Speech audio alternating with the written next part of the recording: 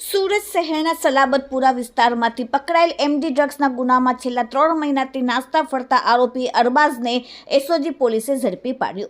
Surat police કમિશનરના આદેશ મુજબ સમગ્ર સુરત શહેરમાંથી નાર્કોટિક્સની બદીને સંપૂર્ણપણે નેસ્ત નાબૂદ કરવા માટે નાસ્તા ફરતા આરોપીઓને ઝડપથી પકડવા માટે સૂચના આપેલ હતી। જે સૂચનાને અનુસંધાને એસઓજીના પોલીસ ઇન્સ્પેક્ટરના માણસો નાસ્તા ફરતા આરોપીઓને પકડવા માટે જ્યારે પેટ્રોલિંગમાં હતા ત્યારે ખાનગી બાતમીના આધારે એએસઆઈ જલ્લુભાઈ તથા અહેકો રામજીભાઈને બાતમી મળેલ કે લાલગેટ પટની હોલ પાસેથી આરોપી અરબાઝ ઇસ્માઇલ શેખ ધંધો નોકરી રહેવાસી શાહપુર લાલગેટ સુરતવાળાને ઝડપી પાડવામાં આવેલ છે।